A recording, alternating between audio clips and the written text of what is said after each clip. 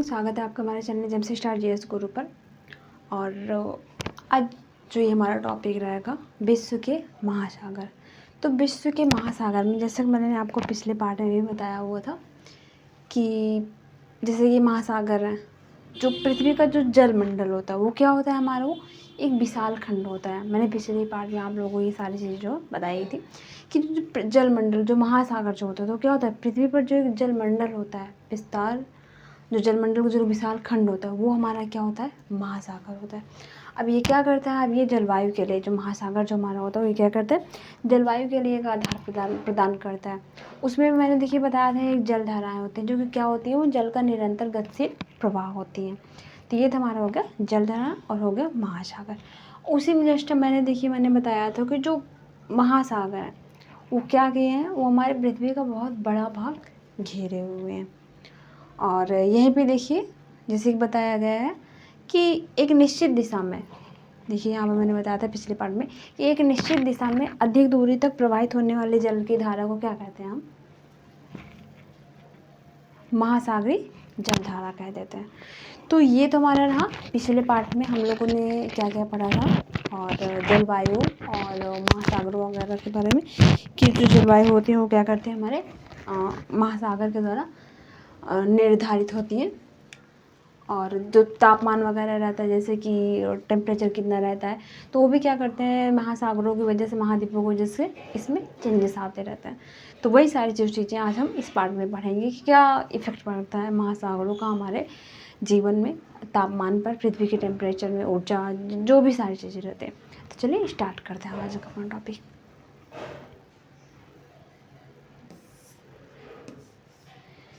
देखिए महासागरों में आज आपको कौन सा पढ़ना है, अटलांटिक महासागर। अब अटलांटिक महासागर देखिए, तो देखिए इसका अगर हम आकार और विस्तार की बात करते हैं तो इसका अगर आकार और विस्तार देखते हैं तो ये देखिए एज अक्षर के समान क्या है, ये प्रशांत महासागर का ये आधा होता है।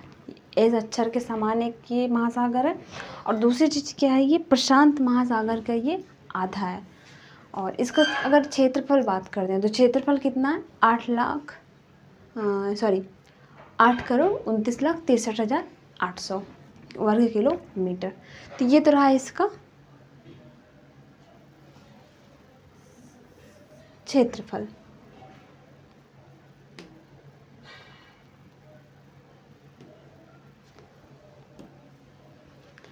अब इसी में अगर हम देखते हैं इसके प्रमुख गर्त कौन से हैं, अटलांटिक महासागर के प्रमुख गर्त कौन से हैं, तो प्रमुख गर्तों में अगर हम देखते हैं तो जिसमें यहाँ देखिए दिया गया है प्लूटो रिको। ये क्या होता है, ये इसके उत्तरी भाग में प्लूटो रिको गर्त जो है, और मध्य में क्या है, रोमांच गर्त। इसमें देखिए दो गर्त है, एक प्लूटो रिको और एक कौन सा है दूसरा, रोमांच। अब ये इसकी क्या करती है, तो ये जो गर्त है ये इसकी प्रमुख गहराइयों को, मतलब अटलांटिक महासागर की गहराई कितने, इन दोनों गर्तों से ये चीज़ पता चल जाता है। और नेक्स्ट इसमें देखिए क्या दिया गया है कि अटलांटिक महासागर जैसे कि अगर हम पश्चिम में देखते हैं, पश्चिम में तो दोनों ओर अमेरिका है और पूर्व में यूरोप है और अफ्रीका है। देखिए पश्चिम में तो अमेरिका हो गया दोनों ओर, पूर्व में कौन है, तो पूर्व में अफ्रीका और यूरोप हो गए।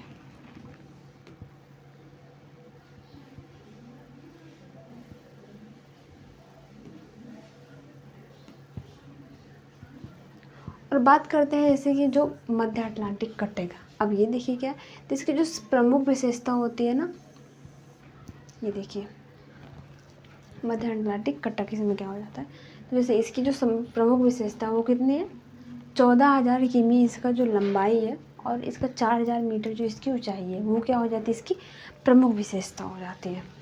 और बात इसी में देखिए अगर कि इसके कुछ उभरे हुए भाग हैं, इसके कुछ अटलांटिक महासागर के क्या है, इसके कटक के कुछ उभरे हुए भाग है जो क्या किए हैं, द्वीप बन गया। जैसे अजोर्स द्वीप हो गए, केप वर्डे द्वीप हो गए, ये सारे क्या हैं, ये अटलांटिक महासागर के कटक हैं जो कि क्या बन गए हैं, द्वीप बन गए हैं। और इसी में देखिए तो ये दक्षिण में जो ये रोमांच गर्त है, रोमांच गर्त, ये क्या है, ये इस कटक को पार करता है। जो इसका जो रोमांच गर्त है वो क्या करता है, वो इस कटक को, जो अटलांटिक का जो अटलांटिक महासागर जो कटक, उसको क्या करता है, ये पार करता है। यही भी देखिए देगा, अगर व्यापारिक दृष्टिकोण से अगर हम देखते हैं तो यह विश्व का सबसे व्यस्त महासागर पड़ जाता है। क्यों पड़ जाता है? क्योंकि इसकी तटरेखा कटी फटी है और ये बंदरगाहों के लिए फिर क्या करती है, आदर्श बन जाती है। तो इस वजह से क्या हो जाता है, ये व्यापार के दृष्टिकोण से बहुत ही व्यस्त महासागर हो जाता है। मीन्स यहाँ से व्यापार का मैक्सिमम जो संचालन होता है, व्यापार जो किया जाता है, वो इस महासागर से होता है। और नेक्स्ट अगर हम देखते हैं इसमें, अगर कैरेबियन सागर, मैक्सिको की खाड़ी और बाल्टिक सागर और भूमध्य सागर, तो ये इसके क्या हैं, ये इसके प्रमुख सीमांत सागर हो जाते हैं। कौन कौन से? कैरेबियन सागर, मैक्सिको की खाड़ी, बाल्टिक सागर और भूमध्य सागर, ये इसके क्या हो जाते हैं, सीमांत सागर हो जाते हैं। अब नेक्स्ट हमारा जो सागर है वो कौन सा है, तो वो है हिंद महासागर। अब ये क्या होता है, तो देखिए हिंद महासागर जो है ना, इसको हम लोग अर्ध महासागर भी कहते हैं। हिंद महासागर को हम लोग क्या कहते हैं, अर्ध महासागर। देखिए इसके अगर हम भौगोलिक सीमाएं देखते हैं तो इसके उत्तर में एशिया है, इसके उत्तर में कौन है, एशिया है, और दक्षिण में अंटार्कटिका है, और पश्चिम में अफ्रीका, पूर्व में ऑस्ट्रेलिया। उत्तर में एशिया, दक्षिण में अंटार्कटिका, पश्चिम में अफ्रीका और पूर्व में ऑस्ट्रेलिया से ये घिरा हुआ है। और बात करते हैं इसके प्रमुख द्वीपों की, तो जो मेडागास्कर द्वीप है, मेडागास्कर द्वीप है, इसका क्या है, ये सबसे बड़ा द्वीप है। और इसके अलावा जो मॉरिशस है और लक्षद्वीप है, कौन है, मॉरिशस और लक्षद्वीप और मालदीव, क्या इसके क्या है, प्रमुख द्वीप हो जाते हैं। कौन कौन से? जो मेडागास्कर है ये तो सबसे बड़ा द्वीप हो जाता है। इसके अलावा जो मॉरिशस है और लक्षद्वीप और मालदीव है, ये इसके कौन से हो जाते हैं, ये प्रवाल द्वीप हो जाते हैं। और इसी में अगर हम देखते हैं इसका कुल क्षेत्रफल, तो इसका कुल क्षेत्रफल देखिए यहाँ पे कितना दिया गया है, 7,34,25,500 वर्ग किमी। अब उत्तर में क्या किया गया है, मतलब यहाँ पे एक क्वेश्चन उठता है कि हिंद महासागर को अर्ध महासागर क्यों कहा जाता है। तो अर्ध महासागर इसलिए कहा जाता है क्योंकि क्या है इसका, कि उत्तर में स्थल खंडों द्वारा ये पूरी तरह अवरुद्ध होने के कारण इसे क्या कह देते हैं, अर्ध महासागर। उत्तर में स्थल खंडों द्वारा क्या है, ये पूरी तरह से अवरुद्ध है, मीन्स ढका हुआ, घेरा हुआ है, इस वजह से इसको क्या कह देते हैं, अर्ध महासागर। और ये भी देखिए जो कर्क रेखा है, कर्क रेखा क्या करती है, इस महासागर की उत्तरी सीमा निर्धारित करती है। और पश्चिम में अटलांटिक महासागर और पूर्व में इसके कौन है, प्रशांत महासागर से ये जुड़ा हुआ है। मीन्स ये अटलांटिक महासागर से जुड़ा हुआ है और प्रशांत महासागर से, दोनों से जुड़ा हुआ है। यहीं पे देखिए अगर हम भारतीय उपमहाद्वीप के नाम पर इसे क्या कह रहे हैं, इसे इस महासागर का नामकरण हुआ है। मीन्स हमारा जो भारत है उसका एक नाम क्या है, हिंदुस्तान, तो उसी के नाम पे इसको क्या नाम दे दिया गया है, हमारे भारतीय उपमहाद्वीप के भारत के नाम पे हिंद महासागर। वही देखिए लक्षद्वीप और जो मालदीव द्वीप समूह है, ये क्या है, इस महासागर में स्थित मूंगे कोरल की चट्टानों से बने प्रवाल द्वीप के एक उत्कृष्ट उदाहरण प्रस्तुत करते हैं। मीन्स अगर प्रवाल द्वीपों को अगर बढ़िया से देखना है तो हम लोग कौन सा देख सकते हैं, तो जो ये इसमें स्थित जो ये लक्षद्वीप और मालदीव जो द्वीप समूह, इससे हम प्रवाल द्वीपों को बहुत ही बेहतर तरीके से एग्जाम्पल ले सकते हैं। अब नेक्स्ट इसी में देखिए हम लोग पढ़ेंगे जल धाराओं का विज्ञान। ये सब हम इसमें क्या पढ़ेंगे, अब इसमें हम प्रवाह तंत्र जल धारा के बारे में पढ़ेंगे। तो देखिए तो जो जल धारा होती है वो देखिए जो पृथ्वी का जो घूर्णन होता है, पृथ्वी के घूर्णन के कारण उत्तरी गोलार्ध में जल धाराएं क्या होती है, वो दाईं ओर, देखिए पृथ्वी के घूर्णन के कारण में से जो कोरियोलिस बल होता है उसके कारण क्या होता है, उत्तरी गोलार्ध में जल धाराएं दाईं ओर और दक्षिणी गोलार्ध में क्या होती है, वो बाईं ओर मुड़ जाती है। अब वहीं पर अगर इसमें हम मानसूनी प्रभाव देखते हैं तो देखिए मानसूनी प्रभाव में क्या हो रहा है, यहाँ पे हिंद महासागर के उत्तरी भाग में जलधाराओं की दिशा मानसूनी पवनों के अनुसार मौसम के साथ बदलती जाती है, मीन्स बदल जाती है। तो जैसे कि अगर हम बात करें हिंद महासागर में मानसूनी हवाओं का मानसूनी प्रभाव पड़ता है तो उसका आंसर होगा जी हाँ, उसका प्रभाव पड़ता है। उससे क्या होता है, जैसे मानसूनी पवनों के अनुसार क्या होती है, उसकी दिशा, जलधाराओं की दिशा बदल जाती है। अब यही अगर हम बात करते हैं, जैसे कि तापमान के आधार पर महासागरीय जलधाराएं मुख्य रूप से कितने प्रकार की हो जाती हैं। तो तापमान के अगर अकॉर्डिंग करेंगे तो क्या होगा, ठंडा गर्म होगा। तो वही देखिए यहाँ पे दिया गया है कि गर्म और ठंडी जलधाराएं। तो देखिए आप, जब जो गर्म जलधाराएं ये क्या होती हैं, तो ये भूमध्य रेखा, भूमध्य रेखा क्या होता है, उच्च तापमान होता है, और ध्रुवों पे क्या होता है, लो टेम्परेचर होता है। तो ये देखिए यहाँ पे देखिए गर्म जलधाराएं क्या होती है, ये भूमध्य रेखा उच्च तापमान से ध्रुवों मीन्स निम्न तापमान की ओर। मामले आपने साइंस पढ़ा होगा तो उसमें आपको पता होगा कि क्या होता है, हाई से लो टेम्परेचर में जाने की टेंडेंसी होती है। तो वही चीज़ यहाँ पे देखिए जलधाराओं में भी देखने को मिलता है। तो यहाँ पे भी क्या होता है, गर्म जलधाराएं ठंडी जलधाराओं की ओर बहती हैं, मीन्स वो उनकी गर्म वाली जलधारा ठंडी की ओर बहती है। अब देखिए जो ठंडी जलधारा ये क्या है, उच्च अंशांशों, जैसे ध्रुवों से भूमध्य रेखा की ओर प्रवाहित होती है। जो ठंडी जलधारा है ये उच्च अक्षांशों ध्रुवों से भूमध्य रेखा, देखिए गर्म तो ठंडी की ओर जा रही है और ठंडी भी क्या हो रही है, वो गर्मी की ओर आ जा रही है। मीन्स जो सर्कुलेशन हो रहा है यहाँ पे मीन्स जल का, तो ये चीज़ तो ये रहा। और उसके बाद देखिए जो गर्म जलधाराएं हैं, अब ये जहाँ पे जाएंगे वहाँ का टेम्परेचर भी तो हाई हो जाएगा। तो वही चीज़ यहाँ पे देखिए बताया गया है कि गर्म जलधाराएं जिन क्षेत्रों में पहुँचती हैं वहाँ के जल का तापमान मार्ग के तापमान के से अधिक हो जाता है। ये जहाँ पे जाते हैं गर्म जलधाराएं वहाँ पे क्या होता है, तापमान अधिक हो जाता है। अब ये भी देखिए ठंडी जलधाराएं जहाँ जाएंगे तो वहाँ पे क्या होगा, ठंडी जलधाराएं जाएंगे तो वहाँ पे टेम्परेचर क्या होगा, डाउन हो जाएगा। तो वही चीज़ यहाँ पे बताया गया देखिए कि इससे क्या होता है, तापमान काफ़ी कम हो जाता है। अब जलधाराओं की दिशा अगर हम बात करते हैं तो ये किसके द्वारा निर्धारित होती है, तो एक तो होता है कोरियोलिस पर और एक होता है मानसूनी प्रभाव। तो ये दोनों जो चीज़ें हैं, कोरियोलिस पर और मानसूनी प्रभाव, इनके द्वारा ही क्या होता है, जलधाराओं की दिशा मुख्य रूप से निर्धारित हो जाती है। अब इसी में देखिए अब हम लोग क्या देखते हैं, प्रशांत महासागर की जलधाराएं। तो अब इसमें देखिए ठंडी जलधाराएं और गर्म जलधाराएं। तो ठंडी कौन सी है, तो जैसे कि क्यूराइल या कोयाशियो, कैलिफोर्निया, हम्बोल्ट या पेरू और अंटार्कटिका। अब ये क्या होती है, ये इसकी ठंडी जलधारा होती है। अब वहीं पे देखिए गर्म जलधारा भी है। अब वो कौन सी है, जैसे कि उत्तरी विषुवत क्यूरोशियो, अलास्का, एलिनो, पूर्वी ऑस्ट्रेलिया, ये सब इसकी क्या हो जाती है, इसकी गर्म जलधाराएं हो जाती है। अब देखिए प्रशांत महासागर की हम बात करते हैं तो ये विश्व का क्या होता है, ये सबसे बड़ा महासागर होता है।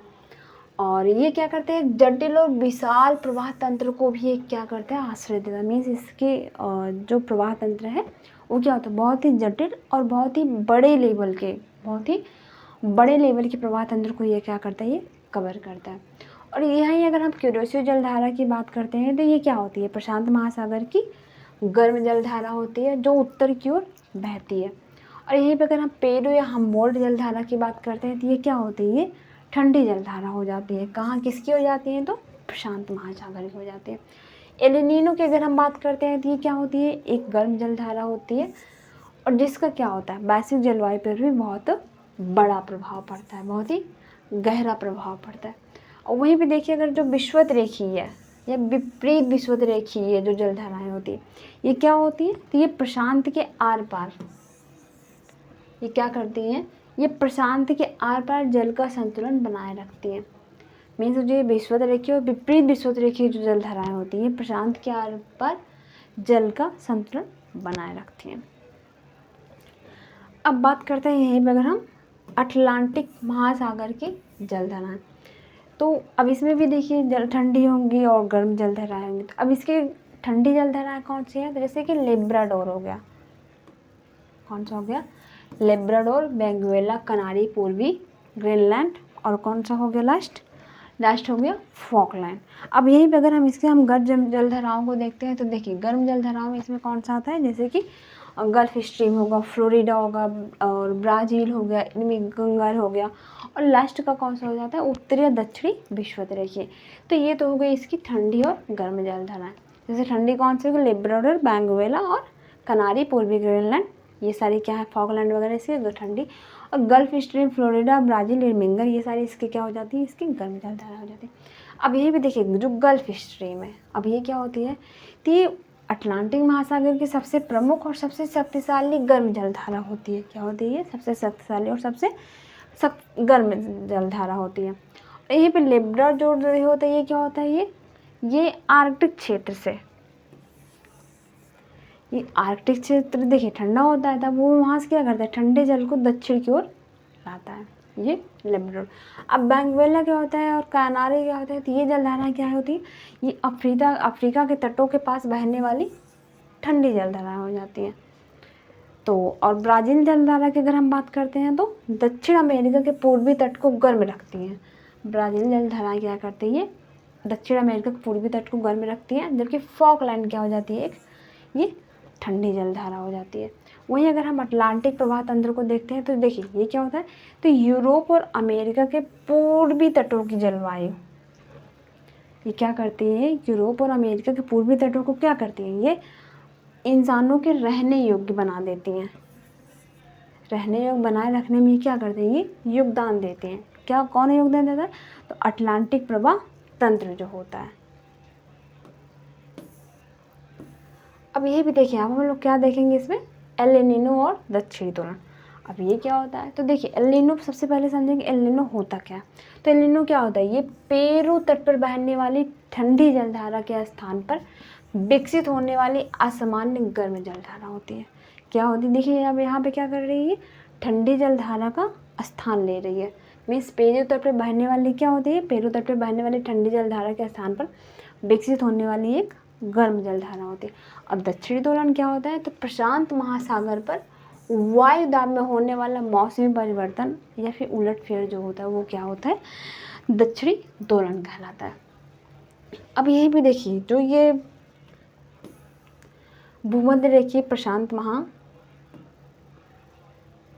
के सतह के तापमान में असामान्य वृद्धि को, जो भूमध्य रेखीय प्रशांत महासागर है उसमें जो तापमान में असामान्य वृद्धि हो जाती है तो उसको क्या कह दिया जाता है? एल नीनो कह दिया जाता है। और यही एल नीनो की जो घटना होती है ये क्या करती है? ये वायु दाब में परिवर्तन में दक्षिणी दोलन के साथ जुड़ती है, तो इसे क्या कह दिया जाएगा? इसे ENSO means El Nino southern oscillation कहते हैं।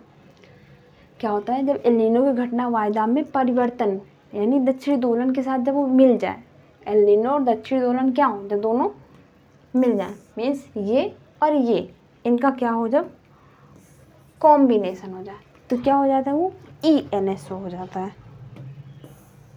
अब वहीं पे देखिए इसके प्रभाव से होता क्या है? तो इसके प्रभाव से क्या होता है? तो इसके प्रभाव से ज़्यादा क्या है? पृथ्वी के विभिन्न हिस्सों में भारी वर्षा और भयंकर सूखा। भारी वर्षा होती है तो उससे क्या होता है? बाढ़ आ जाता है और कभी कभी भयंकर सूखा भी हो जाता है। और एल नीनो का भारतीय मानसून पर अगर देखते हैं तो इसका हमारे जो भारतीय मानसून पे क्या होता है? इसका सीधा और निगेटिव इम्पैक्ट पड़ता है, नकारात्मक प्रभाव पड़ता है। और एल नीनो के सक्रिय होने पे क्या होता है? भारत तथा आसपास के क्षेत्रों में मानसून क्या होता है? कमज़ोर हो जाता है और इससे क्या होता है? वर्षा में कमी आ जाती है। अब वहीं अगर बात करते हैं जलवायु की भविष्यवाणी और मौसम संबंधी चेतावनियों के लिए, तो ENSO चक्र का क्या किया जाता है? अध्ययन किया जाता है। मीन्स अगर हमारे जलवायु की अगर भविष्यवाणी करनी है, मौसम संबंधी कुछ चेतावनी को अगर हमको पता करना है कि कब कौन सा मौसम, कब बाढ़, कब सूखा, तो उसके लिए क्या किया जाता है? हम लोग ENSO का अध्ययन करते हैं। अब वहीं पे देखिए, अब हम लोग इसमें क्या देखेंगे? कुछ महासागरीय तंत्र को देख लेते हैं। जैसे कि वहाँ पे भी समुद्री पारिस्थितिकी तंत्र वगैरह, जैसे वहाँ पे भी कुछ जीव रहते होंगे, वो सारी चीज़ें क्या रहती है?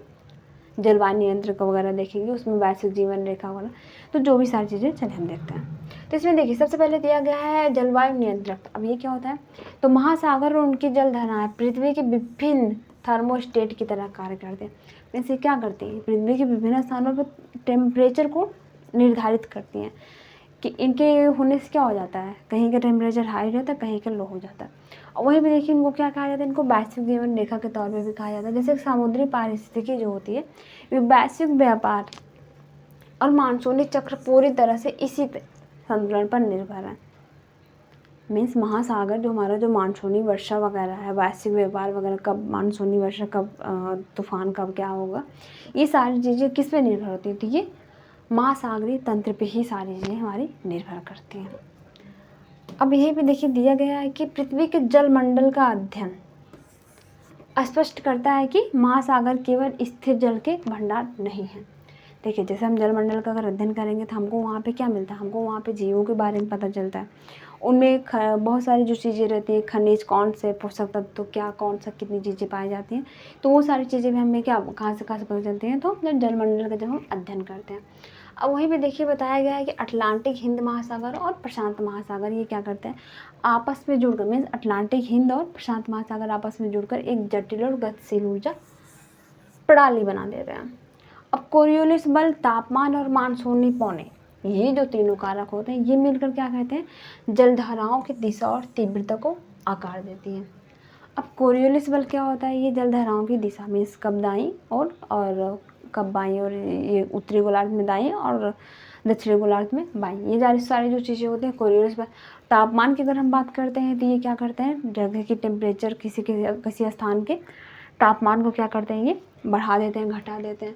और ये अगर हम मानसूनी पवनों को देखते हैं तो ये भी क्या होते हैं, निर्धारित करते हैं मानसूनी पवनें कितना इफेक्ट हो रही है, कहाँ पे कितनी वर्षा हो रही है, वो सारी चीज़ें क्या करती हैं, ये महासागरीय जलमंडल जब हम अध्ययन करते हैं तब पता है। अब यह भी देखिए, जो ईएनएसओ जैसी जो घटनाएं होती हैं, ये क्या सिद्ध करती हैं, तो ये सिद्ध करती हैं कि प्रशांत महासागर में होने वाले बदलाव ये पूरे विश्व की जलवायु जैसे भारतीय मानसून को बदल सकते हैं। जो ईएनएसओ जैसी जो घटनाएं हैं, ये क्या करती है, ये प्रशांत महासागर में होने वाले बदलाव जो होते हैं, ये पूरे विश्व की जलवायु को ही डिसाइड कर देते हैं। भारतीय मानसून को भी ये क्या करते हैं, हमारे बदल सकते हैं।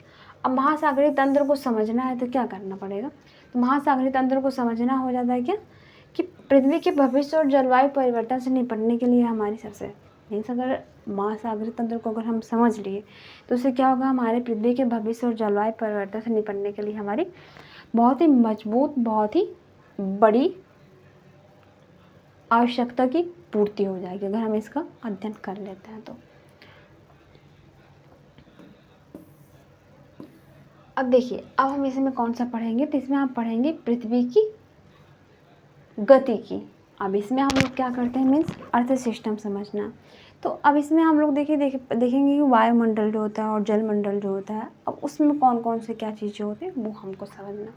देखिए, जो जलमंडल होता है, अब इसमें क्या होता है, तो जलमंडल हम लोग क्या जानेंगे, ज्वार भाटा हो गया, तापीय संतुलन वगैरह, जलधाराएं वगैरह, ये सारी चीज़ें क्या हैं, ये हमारे जलमंडल में आ जाते हैं। और वायुमंडल में अगर हम देखते हैं, जैसे कि गैसीय संगठन हो गया, जीवनदायी परतें हो गई, और मौसमी यांत्रिकी वगैरह जो रहती है वो हमारी वायुमंडल से निर्धारित होती है। अब कैसे निर्धारित होती है तो हम आगे जानेंगे।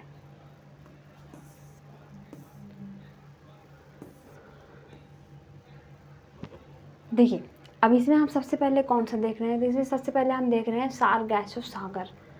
ये क्या होता है, तो ये महासागर का इसको मरुस्थल कहा जाता है। अब ये कैसे होता है, तो देखिए, जो उत्तरी अटलांटिक महासागर होता है, उत्तरी अटलांटिक महासागर में 20 से 40 डिग्री उत्तरी अक्षांशों तथा 35 डिग्री से 75 डिग्री पश्चिमी देशांतरों के मध्य क्या होता है, इसका विस्तार होता है।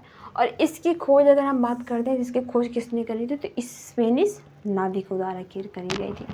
अब इसके हम कुछ यूनिक कैरेक्टर्स की बात कर लेते हैं। तो ये क्या करता है, इस क्षेत्र में जल शांत होता है और गतिहीन रहता है। क्या होता है, इस क्षेत्र में जल शांत रहता है और कोई भी गति वहाँ पे नहीं होती है, और इसका कोई तट नहीं होता है, मीन्स इसका कोई स्पेशल तट भी नहीं है।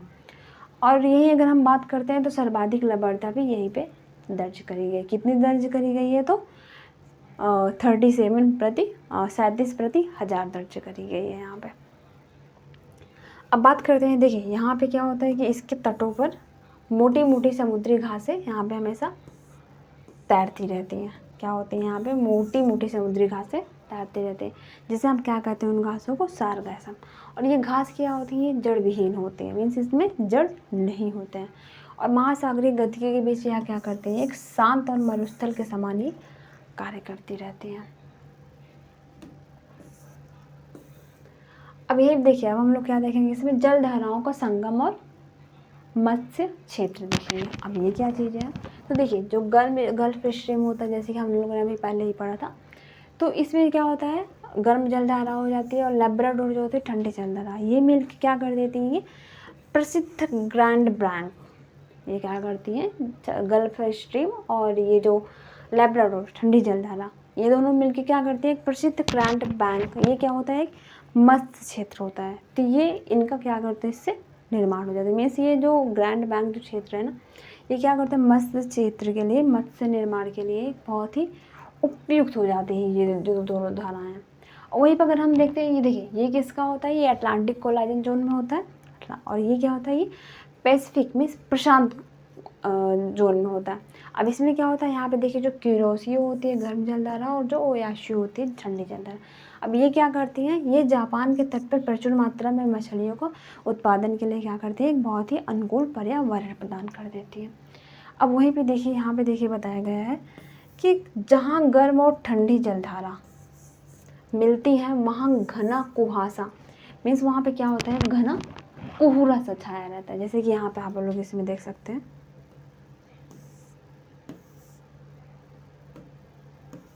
ये देखिए, जैसे यहाँ पे देखिए घना कोहरा सा दिखाएगा, इसमें कलर चेंज है बट हाँ कुछ इसी टाइप का, धुएं टाइप का ऐसे वो रहता है, बस वो दूसरे। तो ये देखिए, ये दिखाया गया है यहाँ पे।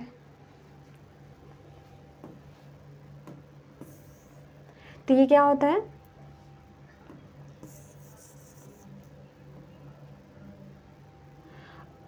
ये कुहासा क्या करते हैं, ये नॉर्मल सी बात है, अगर जैसे कहीं पे कोहरा है, घना कुछ दिख नहीं रहा है आगे, तो वहाँ पे क्या होता है, यातायात बाधित होता है, नौ संचालन बाधित हो जाएगा। महासागर है तो वहाँ पे नौ संचालन नहीं होगा, तो वो सब चीज़ें क्या होती हैं, वहाँ पे वो बाधित हो जाती हैं। और यह संगम स्थल प्लैंकटन नामक घास के विकास के लिए आदर्श स्थिति होती है। तो देखिए अब यहीं पे क्या होता है, ये संगम स्थल मतलब यहाँ पे क्या हो रही है, यहाँ पे धाराएं मिल रही हैं। अब यहाँ पे क्या होता है, यहाँ पे प्लैंकटन नामक एक घास होती है। अभी तो हम लोग वहाँ पे देखो सारगसम घास पड़ा था, यहीं पे देखिए प्लैंकटन घास भी है। तो ये क्या होती है, यहाँ पे इसके विकास के लिए एक आदर्श स्थिति बना देती है। और प्लैंकटन मछलियों का मुख्य आहार है। प्लैंकटन जो घास होती है मछलियों का क्या होता है, मुख्य आहार होता है। और ये विश्व के सबसे बड़े मत्स्य क्षेत्र इसी वजह से क्या होते हैं, ये बन जाते हैं। मीन्स क्या होता है, यहाँ पे मछलियाँ अपने भोजन के लिए आती हैं। जो प्लैंकटन घास जो होती है मछलियों का मुख्य भोजन होता है। अब अपने भोजन के लिए, खाना के लिए मछलियाँ यहाँ पे आती हैं, तो इसी वजह से क्या हो जाता है, वो मत्स्य क्षेत्र हो जाता है। मीन्स वहाँ पे मछलियों का क्या होता है, विकास ज़्यादा हो जाता है। वो मत्स्य क्षेत्र मतलब मत्स्य निर्माण के लिए क्या होता है, एक बहुत ही अनुकूल पर्यावरण बन जाता है। अब देखिए, अब इसमें हम लोग क्या पढ़ेंगे, तो इसमें हम लोग पढ़ेंगे अल नीनो ला नीना जो होता है, इसका जलवायु पर क्या प्रभाव पड़ता है। तो देखिए, जो हम लोग जो पढ़ रहे हैं, पहले वाला हम लोगों ने अटलांटिक महासागर, फिर हिंद महासागर, फिर प्रशांत महासागर, इसी वजह से जो सारे जो टर्म्स हैं हम डिफाइन करते जा रहे हैं। तो आप लोग ध्यान से मैसेज को समझते रहिएगा। अल नीनो और ला नीना, इसको पढ़ना है तो आप लोगों के पास लूसेंट बुक तो होगी, आप बस वही लूसेंट बुक खोल के पढ़ जाइए, या फिर बस हमारे पीडीएफ को ही देखते रहिए, आपको सारी चीज़ें क्या होंगी, एकदम क्लियर होती जाएंगी। ये हमारा क्या गया, ये लूसेंट का एक पेज वाइज मतलब एकदम एक भी पेज भी ना छोड़े, सारी चीज़ें क्या करेगी, वहीं से ली गई हैं। आप अगर बुक खोल के बैठेंगे तो आपको सारी चीज़ें वहाँ पर मिलती जाएंगी। अब ये अल नीनो और ला नीना का अगर हम जलवायु पे प्रभाव देखते हैं तो ये क्या होता है, तो देखिए ला नीना सबसे पहले क्या होता है, इसको हम जानते हैं, तो ये शीतल जलधारा होती है। ला नीना क्या होती है, शीतल जलधारा होती है, और ये दक्षिण से उत्तर की ओर बहती है। क्या होती है, दक्षिण से उत्तर की ओर बहती है। और इसका प्रभाव क्या होता है, ये पॉजिटिव होता है, सकारात्मक होता है। ये मानसूनी पवनों को तीव्र करती है, जिससे भारतीय उपमहाद्वीप में भारी वर्षा होती है। देखिए ला नीना है तो उससे क्या होता है, वो हमारे भारतीय मानसून पर सकारात्मक प्रभाव डालती है। उससे क्या होता है, हमें भारी वर्षा, भारतीय उपमहाद्वीप में भारी वर्षा की प्राप्ति होती है। अब यही अगर अल नीनो की बात करते हैं तो ये क्या होता है, ये गर्म जल धारा होती है, और ये ठंडी धारा को क्या कर देती है, ये प्रतिस्थापित कर देती है, मीन्स उसको हटा देती है। और विषुवत रेखा के समीप से पेरू के ये तट तक बहती है। और यही अगर हम बात करते हैं तो ये व्यापारिक पवनों को बाधित करती है, और भारतीय मानसून को नकारात्मक रूप से ये प्रभावित कर देती है। उसे भारतीय मानसून को ये कमज़ोर कर देती है। कौन कमज़ोर कर देता है, तो अल नीनो। ला नीना ने क्या किया, उसे मजबूत बनाया, भारी वर्षा की प्राप्ति हो वहाँ पे। और अल नीनो क्या कर रहा है, वहाँ पे नकारात्मक रूप से हमारे मानसून को वो कमज़ोर कर दे रहा है। अब यहीं पे देखिए बताया गया है कि जो हिंद महासागर की जो ग्रीष्मकालीन मानसून जलधाराएं होती हैं, ये क्या करती हैं, ये गर्म एवं परिवर्तनशील होती हैं। अब शीतकालीन जो मानसूनी प्रभाव होता है वो क्या होता है, वो ठंडी और परिवर्तनशील जलधारा बन जाती हैं। और वहीं अगर हम बात करते हैं प्रशांत महासागर में इस तापमान में परिवर्तन का सीधा असर किस पे पड़ता है, तो वो क्या करते हैं, हमारे मौसम को क्या करती है, मौसम चक्र को वो प्रभावित करती है। देखिए अब हम इसमें कौन सा देखेंगे, तो अब इसमें हम देखेंगे ज्वार भाटा के जो गुरुत्वाकर्षण जो बल होता है, जो ज्वार भाटा उत्पन्न होता है, वो सारी चीज़ें पढ़ेंगे। तो देखिए जो अब बात करते हैं, जो पृथ्वी है, चंद्रमा है और सूर्य है, अब इनमें क्या होता है, अट्रैक्शन फोर्सेस पे यहाँ पर बल काम करता है। तो जो सूर्य का जो गुरुत्वाकर्षण बल है और चंद्रमा का गुरुत्वाकर्षण बल है, अब ये क्या करती है, तो सूर्य की तुलना में चंद्रमा पृथ्वी से अधिक निकट है। सूर्य बहुत दूर है, चंद्रमा हमारी पृथ्वी से पास में है। तो उससे क्या होता है, ये इसका जो ज्वार उत्पादक जो बल हो जाता है, तो देखिए चंद्रमा पास में है, तो उससे क्या होता है, जो ज्वार उत्पादक जो बल होता है चंद्रमा का क्या होता है, हमारे पृथ्वी पर ज़्यादा हो जाता है। और कितना ज़्यादा होता है, तो सूर्य से दोगुना ये ज़्यादा काम करता है। कौन काम करता है, चंद्रमा। और यहीं पर अगर हम बात करते हैं कि पृथ्वी का अपकेंद्रीय बल, पृथ्वी का अपकेंद्रीय बल क्या होता है, मीन्स जैसे कि कोई गोला है, अब उसके बाहर जैसे कोई चीज़ अगर चक्कर लगा रहा है, तो जो बाहर के जो और जो बल जो लगता है, वो चीज़ क्या होता है, वो अपकेंद्रीय बल हो जाता है। अब यहाँ पे देखिए ये बल क्या होता है, तो ये बल गुरुत्वाकर्षण के विपरीत कार्य करता है और जल को संतुलित करने का प्रयास करता है। मीन्स क्या कहते हैं, ये जल को ऐसे खींचे रखता है अंदर की ओर, तो ये क्या हो जाती है, हमारी गुरुत्वाकर्षण के विपरीत ये कार्य कर देता है। अब सागरीय जल के ऊपर उठकर आगे बढ़ने को क्या कहते हैं, तो उसे ज्वार कहते हैं। और सागरीय जल के नीचे गिरकर पीछे लौटने के क्या कह दिया जाता है, भाटा कह दिया जाता है। और इन तीनों शक्तियों में जो सूर्य चंद्रमा और जो पृथ्वी है, सूर्य चंद्रमा और अपकेंद्रीय बल, पृथ्वी सॉरी नहीं, जो सूर्य चंद्रमा है और उनका जो अपकेंद्रीय बल है, इनके पारस्परिक प्रभाव से ही क्या होता है, हमारे महासागरों में ज्वार भाटा की उत्पत्ति हो जाती है। कौन कौन, तो सूर्य चंद्रमा और अपकेंद्रीय बल के कारण। देखिए अब हम इसमें क्या समझें कि ज्वार भाटा होता क्या है। तो देखिए बृहद ज्वार में अब क्या हो जाता है, तो बृहद ज्वार होता है जब सूर्य, पृथ्वी और चंद्रमा एक सीधी रेखा में हो जाए। सूर्य चंद्रमा देखिए यहाँ पे दिया गया है, सीधी रेखा में हो जाए। और ये स्थिति होती कब है, तो ये स्थिति होती है पूर्णिमा और अमावस्या को, मीन्स पूर्णिमा को भी होगी और अमावस्या को भी होगी। और संयुक्त आकर्षण के कारण यहाँ पे क्या होता है, ज्वार की ऊंचाइयाँ सामान्य से 20% ज़्यादा हो जाती है, तो उसे हम लोग क्या कह देते हैं, ज्वार, बृहद ज्वार कह देते हैं। अभी अगर हम निम्न ज्वार की बात करते हैं, तो ये क्या होता है, तो सूर्य और चंद्रमा पृथ्वी के केंद्र पर समकोण बनाते हैं, तो समकोण बनाते हैं। और ये शुक्ल एवं कृष्ण पक्ष की सप्तमी या अष्टमी को होता है। कब होता है, शुक्ल एवं कृष्ण पक्ष की सप्तमी या अष्टमी के। और दोनों का आकर्षण बल, सूर्य और चंद्रमा का जो आकर्षण जो बल होता है, क्या करता है, ये एक दूसरे को संतुलित करता है, जिससे सामान्य से ये नीचा ज्वार उत्पन्न हो जाता है। यहाँ पे देखिए ये जो जैसे दिखाई गया समकोण पर, देखिए यहाँ पे ये हमारे जो दिखाया गया, ये सूर्य हो गया, ये पृथ्वी हो गई और ये चंद्रमा हो गया, 90 डिग्री समकोण पर ये स्थित हो रहा है। अब यही अगर हम बात करते हैं बृहद ज्वार और निम्न ज्वार, तो इनके बीच सामान्यतः कितने दिन का अंतर होता है, तो 7 दिन का अंतर होता है। और ग्रहों की अगर हम ज्यामितीय स्थिति अगर देखते हैं, तो महासागरों के जल स्तर को ये सीधे तौर पे क्या करती हैं, नियंत्रित करती हैं। अब हम बात करते हैं ज्वारीय चक्र की और भौगोलिक विसंगतियाँ, जैसे जो ज्वारीय चक्र होता है उससे क्या विसंगतियाँ होती हैं। तो सबसे पहले हम देखते हैं टाइडल टाइमिंग। अब ये क्या होता है, देखिए तो पृथ्वी पर प्रत्येक स्थान पर प्रतिदिन 12 घंटे 26 मिनट के बाद क्या होता है, ज्वार आता है। और ज्वार के 6 घंटे 13 मिनट बाद क्या होता है, भाटा आता है। और यह जो विलंब होता है ये कितना होता है, तो ये 26 मिनट का विलंब इसलिए होता है क्योंकि चंद्रमा भी पृथ्वी के चारों ओर अपनी कक्षा में परिक्रमा कर रहा होता है। तो देखिए जो 12 घंटे 26 मिनट का जो ये ज्वार आता है, ये इसमें जो हो रहा है लेट जो विलंब हो रहा है, ये किस वजह से होता है, तो चंद्रमा भी क्या होता है, पृथ्वी की परिक्रमा करता है, तो इस वजह से क्या होता है, यहाँ पे 26 मिनट का देर हो जाता है। अब यही पे अगर हम बात करते हैं इसके ग्लोबल एक्सट्रीम्स के बारे में, तो यहाँ पे देखिए क्या बताया गया है कि जो इंग्लैंड के दक्षिणी तट पर स्थित जो ये साउथहैम्पटन है, यहाँ पे क्या होता है, प्रतिदिन 4 बार ज्वार आता है। कितनी बार आता है? 4 बार ज्वार आता है। और इंग्लिश चैनल और उत्तरी सागर से होकर ये ज्वार आता है। कितनी बार आता है? 4 बार आता है। और कनाडा के नोवा स्कोशिया में स्थित जो फंडी की खाड़ी है, यहाँ पे क्या होता है? विश्व के सबसे ऊंचे ज्वार 15 से 16 मीटर ज्वार की प्राप्ति होती है। अब ये भी देखिए बताया गया है कि एक बार चंद्रमा के सीधे आकर्षण से ये आता है। एक बार ज्वार क्या होता है? यहाँ पे बताया गया है कि एक बार ज्वार चंद्रमा के सीधे आकर्षण से आता है।